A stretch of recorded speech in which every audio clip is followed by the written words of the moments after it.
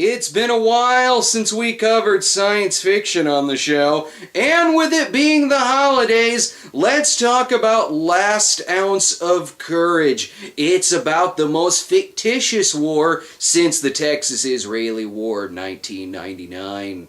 That's right, I'm talking about the War on Christmas. It doesn't take much to make me grumpy around this time of year. After all, apparently I'm a fucking movie Grinch. Last Ounce of Courage is about a jackass who doesn't realize how good he's got it and has too much time on his hands, who pitches a bitch fit because some people say Christmas and some other people say holidays. Oh, did I say jackass? I meant this is a very real issue, and the only person who can save us is fucking Jimmy Reno from Roadhouse. He's playing a character named... I'm not even kidding... Bob Revere. Clearly a descendant of Paul Revere, because we all remember that famous quote, "The British are coming to remove our Christmas decorations." The movie comes to us from the year 2012, and if this didn't cause the world to destroy itself, then nothing will. It's even from Hellfighter Productions. No one fights hell in this movie, by the way. They just fight people who don't ejaculate over Christmas. And like every other exploitation movie I review on here, this movie starts out with a quote. Freedom is never more than one generation away from extinction. We didn't pass it on to our children in the bloodstream. And what will cause that extinction? The baby Jesus ain't allowed on government property! Apparently this quote is attributed to 1961. Oops, I meant Reagan, the 40th president, who was not the 40th president in 1961. Oh my, the filmmakers know how to put a square battery image on the screen. We get flashbacks showing Bob's son Thomas all through life, like when he got that job at the tuxedo factory. I guess Last Ounce of Courage means the day he got married? Yes, thank you for decorating your motorcycle, Bob. I would have thought you were from Cuba if you didn't do that. You know, I always saw myself as a patriot. I don't remember anyone telling me that freedom had to be fought for and defended. Well, I see you as overcompensating. Time to say goodbye as Thomas goes off to war in the Heartland? Must be really important since Mom keeps putting the camera down. He's just hoping his wife loses weight before he gets back. You can tell he's really popular. Even Captain America from Easy Rider is there. I'm so proud of you. I'm not proud of you. He then whispers to him what Bill Murray whispered to Scarlett Johansson. This ends with them giving him the camera, so why were you filming all the footage of him leaving? I'll bet you're gonna wish you had that camera while he's gone. Don't worry, he's not in Iraq. He's just guarding a warehouse in Houston. Mostly they're just fighting an army of stock footage, and I'm not sure, but I think the editing is telling me that his unit blew up his own wife. This doesn't sit well with Bob, who's still trying desperately hard to turn into Ray Liotta. But there is some bad news. I'll never forget the sound of that doorbell. Ma'am, I'm afraid we have terrible news. Your son is gay. Actually, he's quite dead. Sacrificing his life, he was awarded the Bronze Star. Says, do not let your hearts be troubled.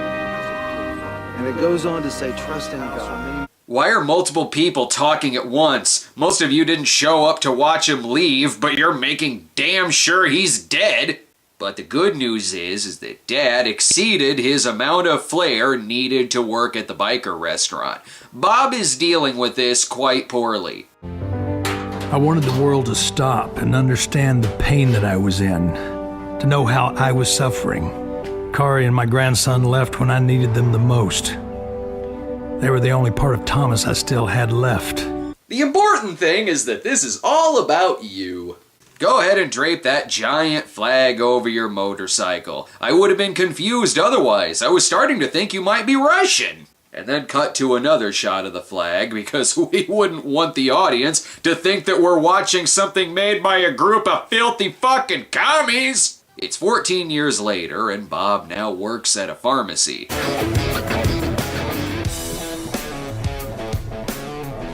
Something I can do for you, gentlemen? You steal our Steppenwolf CDs, bro? Actually, he treats them for a gunshot wound? What the fuck? So he fixes them up and then says he doesn't want to do anything illegal.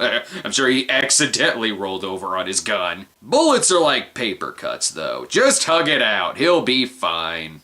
Best get home for the holidays. You're all grown up. Just like your dad.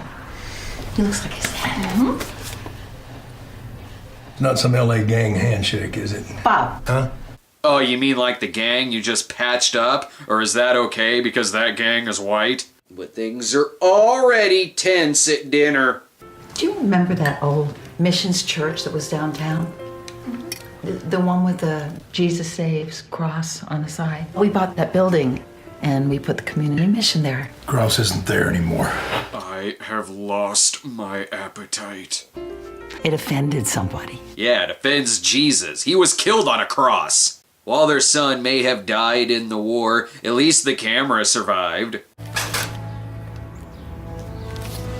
You can watch those. The others have me and your mom banging. Hard. Bob's already seen this episode of Seventh Heaven, so he's not interested. And like every privileged, entitled little shit, Bob's grandson Christian needs something to complain about. So why don't people do Christmas like that anymore? With the shepherds and everything. Well, for a long time, people have been trying to pass laws to get rid of Christmas altogether. People still celebrate Christmas! And yes, I said his name was Christian Revere, cause Crucifix McVirgin Birth would have been too obvious. After we flash back to Bob waving goodbye to Old West trains, I'm not exactly sure why part of the movie is being shown within the movie when it wasn't the camcorder footage, but we get to find out what Bob told him. Told him to come home. And I told him to defend our freedoms with his last ounce of courage. And then he died trying to set up Christmas lights in Saddam's palace. Christian looks through some of his dad's old things and then begins talking with his possible lesbian love interest. Unfortunately, Bob lurks around and shows up out of nowhere. Hey, Bob. That needs to be in the box. Can I keep it in my room? No. If there is a God, someone make this wet blanket smile every once in a while. But like every Wonder Bread Christian film, we gotta get in the basketball scene. And wait a minute, that's actor Rusty Joyner, and he's hitting on Tom's wife. Rusty Joyner, by the way, is the actor who starred in Voiceless, the movie about women's health that was written, directed by, and starring men. He also played a serial rapist in Unsullied. I can believe they're both part of the same universe. Now Mom tells a story about how she's secretly a werewolf while the girls do some deep dishing. Chris is so California. Now what is that supposed to mean? He's so hot. Hey, you ought to get him to try out for the play. Oh yeah, so you can hit on him? You're more interested in each other than Christian Revere. You don't have to hide it. Christian, however, is in big trouble. He brought a Bible to school. Christian, when prayer was banned from school, so was the Bible. It's just the way it is now. That's a stupid rule.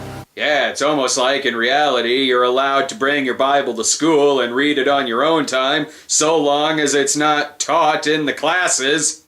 They do find out it's not an actual rule, though. The principal is just scared of the controversy. I wonder what makes these characters so fear-based. Factor investigation segment tonight. As you know, Christmas has become controversial in America. Public displays of the federal holiday are under attack by the ACLU, and some department stores even tell employees to avoid saying Merry Christmas. Here's an idea. If you want to wish someone a Merry Christmas, wish them a Merry Christmas. But if you're not sure what they practice, go ahead and just say Happy Holidays, 'cause, you know, there's more than one holiday in December. Once again, the Reveres have too much time on their hands. Your grandfather was in a very special unit. What are you doing now? It's not that easy, kid. What are you doing? I'm just one kid. Well, I'm just one grandpa.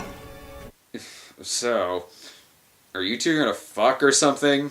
Time to raid the contraband, I mean Christmas decorations. Are you guys thinking what I'm thinking? If you're thinking it's cheesy, then yeah. No, let's put it up. Let's put it all up tonight. Oh my god, it's almost like no one will give a shit if you do this. Get to the real part of the story. Rusty Joyner wanting to fuck his dead friend's wife. I hope this isn't completely awkward. Can I take you to dinner sometime? You might as well go to dinner with him. He is the best actor in the movie. Fuck that date shit, though. War! Christmas! You remember that plaque that used to be on the courthouse wall? The one with the Ten Commandments in it? Sure. Remember that great big Christmas tree used to be on the courthouse lawn? Yeah. Whatever happened to Christmas in this town? There are Christians who get beheaded because of their beliefs. And you people are complaining about Christmas. Now he's gotta let dead people know he's a patriot. He's also gonna ride through the Confederacy graveyard for shits and giggles. Oh, and we also find out that Bob is apparently the mayor. Thanks for letting us know now. Between being mayor and a pharmacist, doesn't he have more important shit to worry about? They can help me bring Christmas back to this town. And I mean, we're coming back in a big way. I am talking angels, I am talking mangers, I'm talking wreaths, I'm talking the birth of Jesus. I'm talking about Christmas. It's that thing that still gets celebrated today. You're just pissed because other people want to celebrate stuff too. You poor thing. Don't worry, there's more travesties. School districts across the United States are taking Christmas break off the calendar completely and replacing it with winter break. Not everyone takes the week off for Christmas! I'm starting to see why your school's test scores are so low. Why focus on math or science when there's a war on Christmas? Bob wants to turn this into Christmas City, which makes the news on a slow news day. Well, I actually got the idea from my grandson. He was wondering, why don't we celebrate Christmas around here anymore?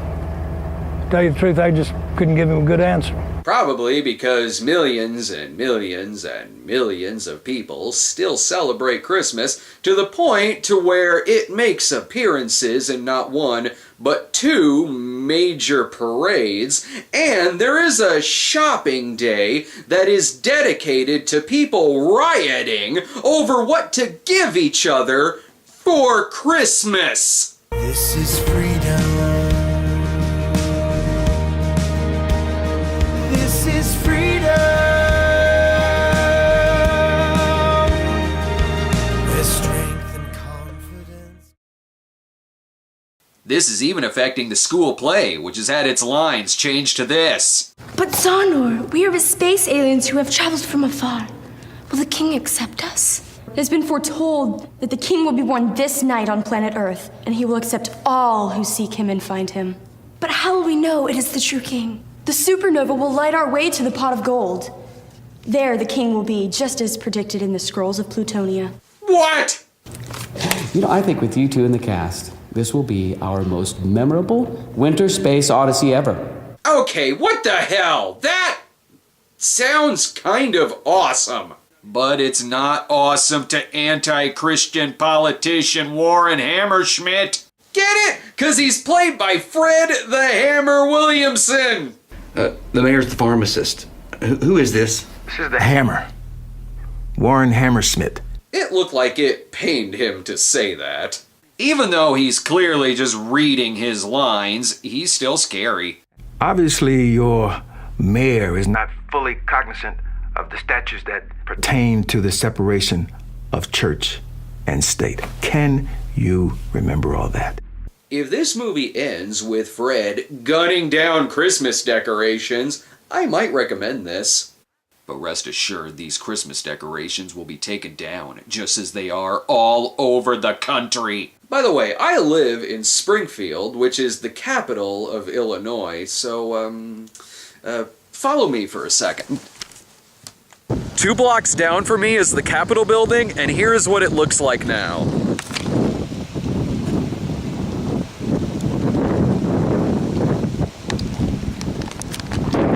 take your persecution complex and shove it straight up your ass. Even the kids want to get in on Operation Christmas. They're even changing the lines in the play to make it Christian. Why would you ruin a masterpiece? Bob's got an interview to give, though.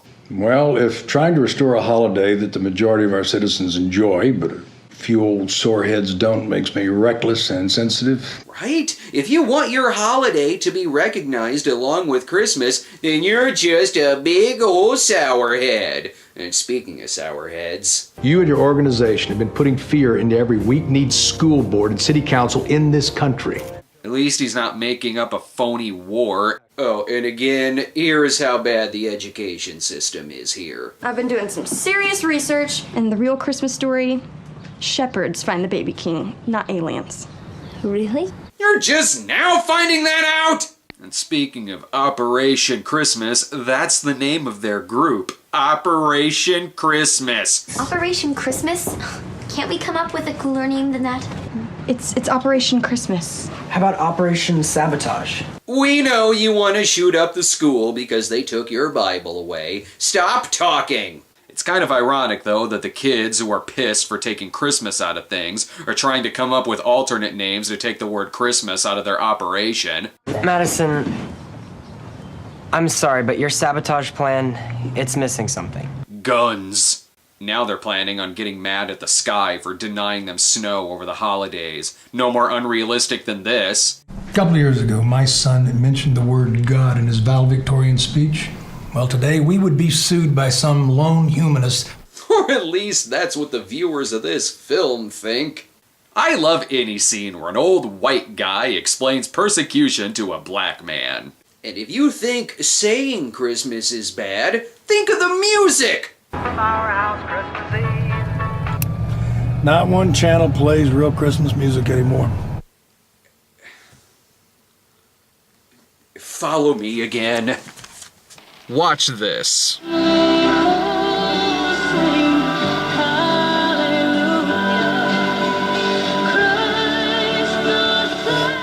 There is not one, but two stations in town that play non-stop 24-hour Christmas music from Thanksgiving to Christmas.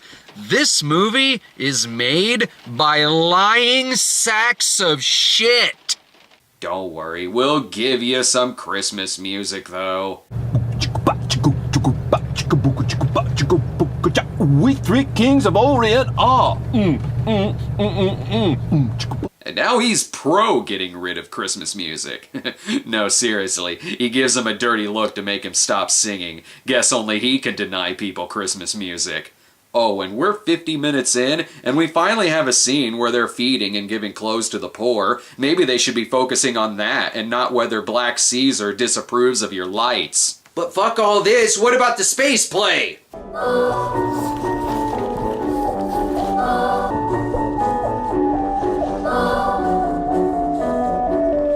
Sheer brilliance.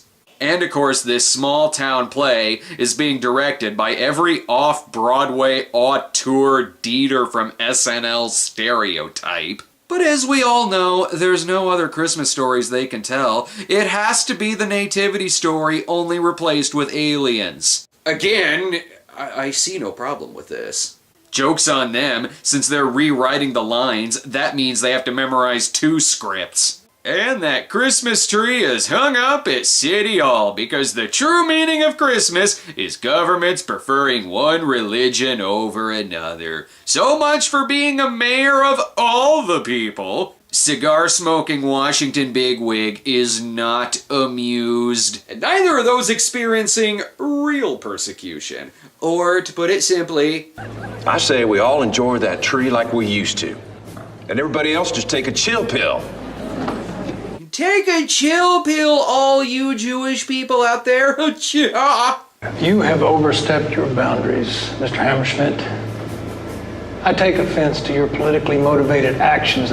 Oh, he must be talking to a mirror. Any other stupid points? You're trying to tell us how we can celebrate a national holiday. That would be like calling Columbus Day Great Explorers Day. It's just stupid. No one wants to change the name of Christmas. And if it's an event that includes more than one holiday, why wouldn't it be called a holiday event? And Columbus isn't a religion. If you wanted to find a holiday that isn't controversial, why would your go-to example be Columbus Day?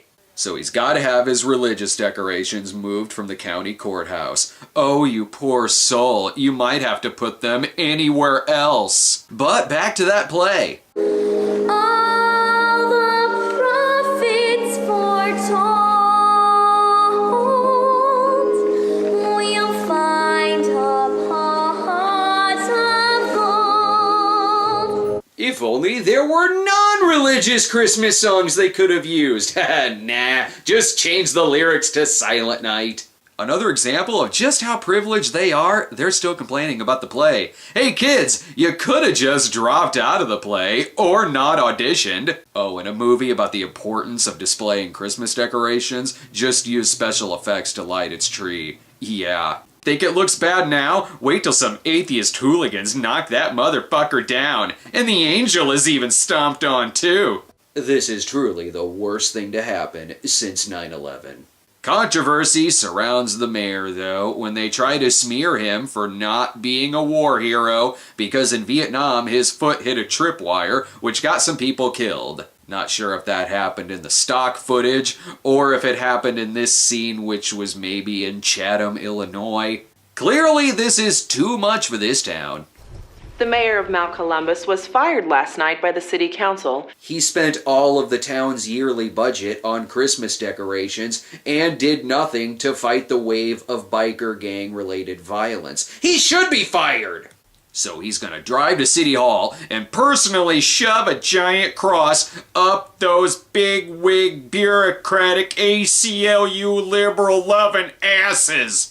Actually, he goes on top of the local mission building to pull the cross on top of it. You know, like a crazy person. 'Cause as we all know, crosses are never on religious mission buildings. Mayor, I just got stabbed with a machete on accident, but I'm one of them good patriotic white gangs. Can you help me? The cross gets hung and many people in the town cheer, while other folks in the town continue going about their day because they have real shit to do. Too bad. They're gonna miss speech time. 400 years ago, our forefathers left the religious oppression of another land to build this one. And the first thing they did was to put a cross on the shores of the Atlantic. The Native Americans would beg to differ. We are losing freedoms, one by one, that our forefathers, our brothers in arms, and my son died for. Right? Watch as he hangs up this cross and nothing happens. This movie is like Red Dawn if they were invaded by television propaganda. Young men and women are dying in foreign lands to preserve the freedoms that we enjoy every single day.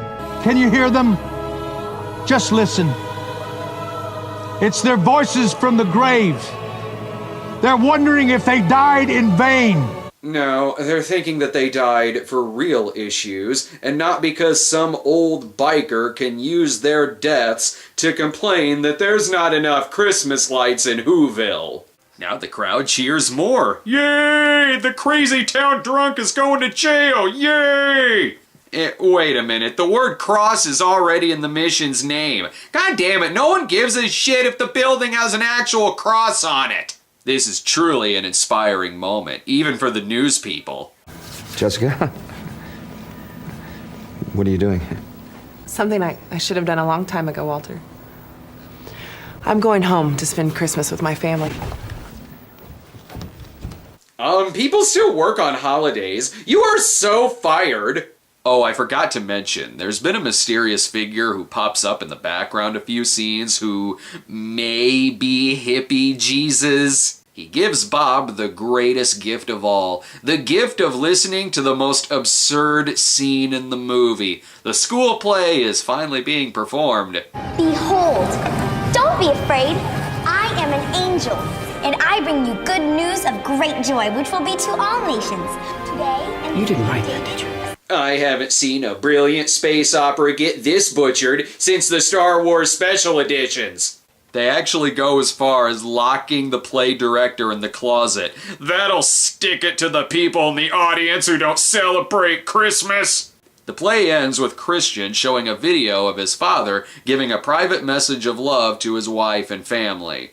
And the other people in the audience are like, okay. I just want you to know that I'm fighting for you over here. And for our freedom. I do it because I love my country and because I love you. Pet Christian now feels like an idiot for bitching about a play. I guess this video's alright though. It's not like it shows him getting killed. Well, God bless you guys.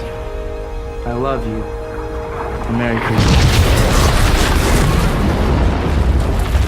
What the fuck? Perhaps you should have watched the end of the video. Now all of these families have seen your father getting blown up.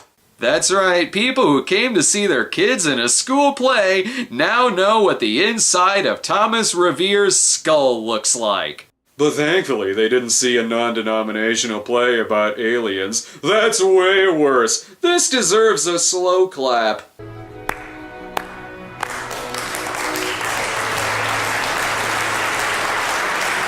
Yay, nativity snuff films! This is very unrealistic. The only thing this guy would be saying is, ugh, fucking white people. By the way, I wasn't kidding. Yes, the long-haired guy is either an angel or Jesus. Maybe he should be with those actually being killed for their beliefs. This scene is supposed to be very emotional, but I'm just relieved he's against the number 666. Their estranged daughter even comes back. She's very apologetic for, I don't know, the movie never really says. I'm assuming she recorded over his favorite Duck Dynasty episodes. And again, Jesus was in this film.